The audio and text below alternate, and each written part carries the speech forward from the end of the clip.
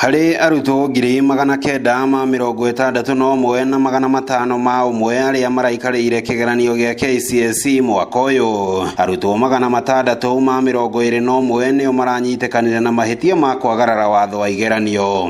621 candidates out of 965,501 were reported to have been found engaging in examination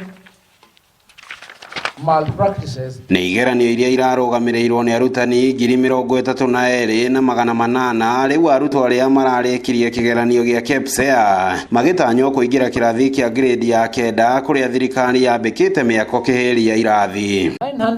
965,501 candidates sat for KCSE examinations in 10,754 centers, supported by 610 distribution centers. Kũringana na Minista Ogamba, thirikari nĩ ĩrĩkĩtie kwandĩka arimũ 46,000 gũkũ mathukuru ma mũthingi 60,000 namo makĩambatĩrio ikĩro marĩ ma thirikari gũkorwo makĩoya arutwo a kĩrathi kĩa junior secondary. Ministry of Education has initiated the construction of 18,000 classrooms nationwide. You get a school having more than 4,000 children, then it is an indication that our public sector schools are working.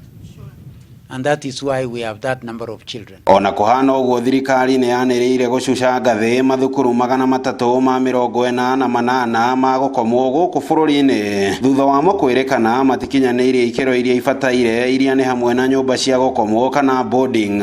Ndeto ĩno ĩkĩhanĩka thutha wa arutwo 21 gũkuĩra thukuru-inĩ wa Endarasha kaunti-inĩ ya Nyĩrĩ thutha wa mũtino wa mwaki kũhanĩka. 348 schools were deemed non-compliant during this assessment and will only operate as day schools from January 2025. Tuwasilete siasa.